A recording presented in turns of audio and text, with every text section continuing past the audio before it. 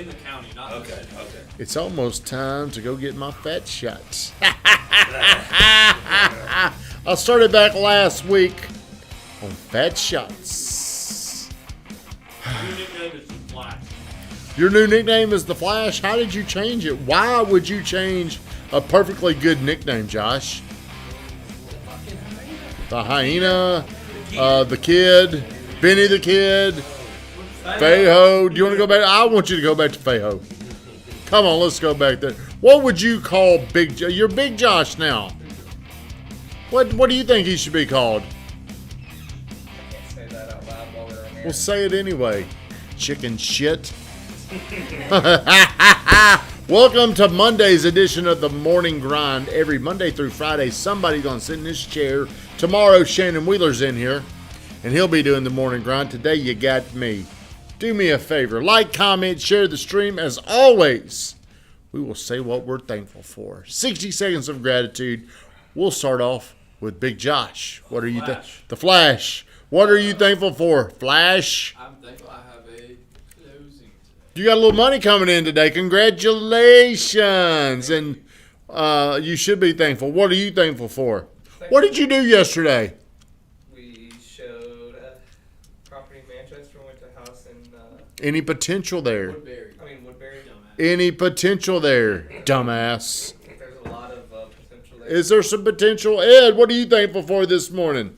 I'm thankful for this new lead system that we're getting. I'm thankful you didn't walk in that damn goofy-looking sling again. I mean, it's not even a doctor's approved sling, is it? He make it. Well, man, he came in the other day. Was it Saturday? Ed came in on Saturday. First off, he was still drunk. No, it wasn't. Were you here? Who thinks? I wasn't here, and I think he was. Who thinks Ed was drunk? Leave a comment. Let me know if you think he was drunk Saturday. Do you think it was drunk Saturday morning? What time did you go to bed Friday night? Friday night, probably midnight. Don't lie. Midnight. Did you wake up drinking? No. Ed. I didn't. He can't tell the truth on what. Ed, he can't. Andre, thank you. Andre, how did your open house go? I saw you out there in the Creeks Bend. Let me know in the comments. Also, let me know this. Do you think Ed was Let me finish the story. Ed comes in late on Saturday, 3 minutes late, and he looks like shit. He looks like he's hungover, looks like he's still drunk, and he's wearing a sling. Oh, what? An arm? He comes in wearing a sling just to further validate the fact he's a victim, and he hurt himself popping his knuckles. He popped his knuckles and his shoulder went out of place. I know it sounds like the weirdest thing, but that is how it happened. And today you're fine. It still hurts, but Oh. if I leave it in the same Who place, popped your knuckles? I was Hulk going Hogan? like, okay, I was going like Yeah, this. King Kong. My shoulder has problems with dislocating. I got a torn labrum, so I was trying to pop this in place, and it slipped, and I went like that too much. And the next thing you know, he's wearing a bracelet. And I don't know if he did one thing Saturday. He came in. I don't know if he did one thing. All right, Ed was late. No way. Drew, y'all remember that girl in middle school that always had a knee brace or a brace on their arm for attention? Yeah, that's Ed now. Wrong arm. Yeah.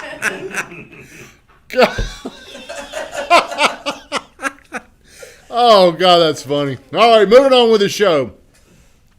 I tweeted this out the other day, and my Twitter has no reach whatsoever. I'd appreciate it if one of y'all go over there and retweet it to maybe give me a little more attention. When you're trying to expand, the risk is the thing you must overcome.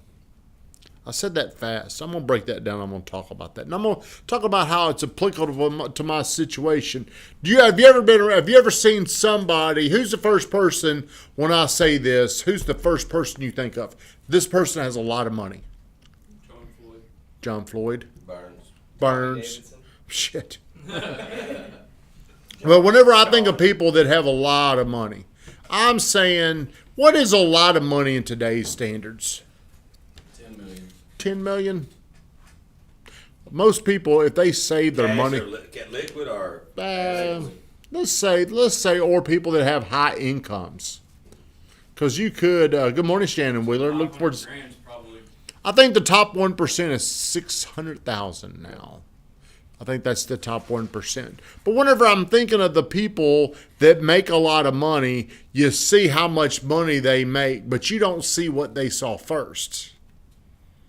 To make a lot of money, you're probably going to have to confront something that's extremely scary, because whatever you're willing to, it's just like in any other bet or any other, like I'm playing poker. What do you have there? A little chocolate milk? I'm playing poker. I got invited to play in a poker game tomorrow night with these Church of Christ boys. I'm going over there. Roy Frazier. Nice. Going in there. Am I allowed to bring my booze, my bourbon? No. They drink. You can't dance either. They drink. What should I call them, hypocrites? So I'm going to this poker tournament, and I'm not very good, but Roy Frazier, our preferred insurance vendor, he invited me to go over there. So tomorrow night, and I'm like, well, man, how long do I have to stay? That's the first question. He said it goes from about 10 to 10:30. Well, how long do I actually have to stay there? That's from 6 to 10 or 10:30. You know what I'm thinking? It's way past my bedtime. I was about to say, during Out of my comfort, because I like to go home and not worry about anything else. And it's late. I'm going to be tired on Wednesday. So he said, man, you need to stay at least till 10. I'm like, all right, I'll do it. So whenever I don't play poker, but I'm going to go because I need to be around more people. So whenever you're playing poker, how much money can you win? You've got to decide before you win how much you're willing to lose. Does that make sense to you? Does it make sense to you? So if we're gambling and if we're betting $1, how much money could we win? Like $20. Well, let's make it simple. Doesn't matter how. Let's say there's 5 people playing. $4. You could win $4. If you were willing to bet $5, how much could you win? 20. The more you're willing to bet, the more you can win. But people can't fight through this fear of what I'm willing to put on the table. So I was thinking about this. With our new house payment. I get real nervous when I look at a house payment a year ago was $2,954. And the new house payment, Shannon Wheeler's on here, he's going to tell me it's probably in the $7,000 to $8,000 range. The first thing I do is I get very nervous and fearful of this new risk. And whenever you're confronted with this, I think it's very common to want to retreat. I'm saying stuff like I made a mistake. This was a bad decision. This was stupid. How could I do this? What if we don't even qualify? So all these things are going through my head it's really got me in a bad situation. So I've got to start talking to myself. And I got to start saying things like this. Well, here's what this really means to me. I'm willing to risk more money. Now I'm going to do what, Ed? You're going to try and make it back. I'm going to make more money now. And I'm looking, like how much do you think my rent was when I lived at my mama's? Zero. And then one of my good friends, one of my mentors, he's more like a father figure, let me move into one of his houses, Kenny Jones. And guess what my rent was for 4 years? $400 a month. Y'all remember. That included utilities. He pretty much just let me stay there for free. That was real nice. I think I had my cable bill. But like a lot of the utilities were in his name. So I went from zero, and I remember Tim Dutton telling me, dude, if you go from there, from your mom's to Kenny's, it's going to hurt you. You're not going to be able to save as much money. But I made more money. And then I go from $400 a month to me and Brittany we bought the house in Puckett, the first one, and that payment was $1,500 a month. I was a little nervous to go from $400 to $1,500. Good morning, David Speck. So I go from $400 to $1,500. Then 2 years later, we go from $1,500 to $2,954 or whatever it was. Every time I made those decisions, I got nervous. I got scared.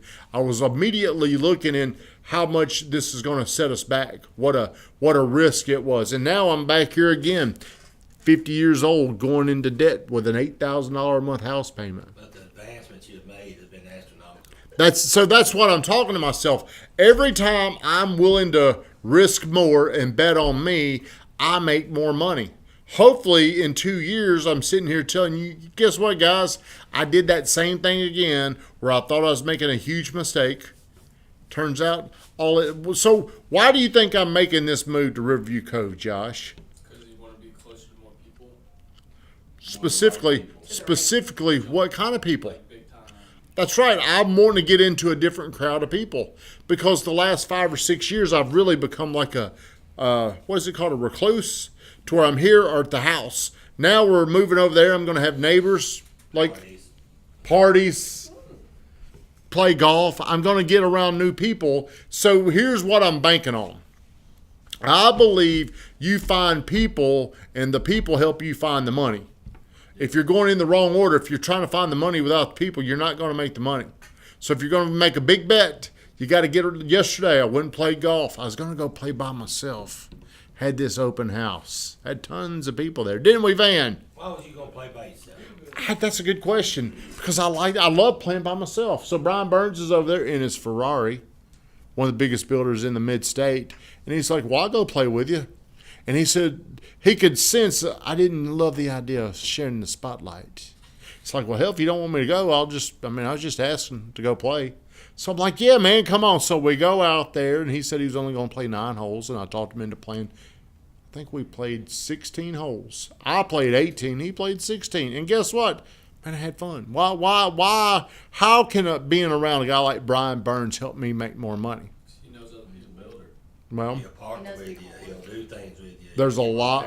There's a lot of things. There's just knowing what he knows. You know, Weatherman said something. I don't know. I don't even know if I should. I'll say it off air because I don't want to give people the secret information.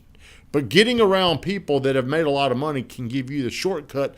Borrow their creativity. Brian Burns is a very creative dude. Get around people that have done it, and they can give you the shortcuts. But here's what I'm going to tell you. If you ever want to make more money, you're going to have to risk more. It's just like getting into any kind of a bet. You got to have an ante.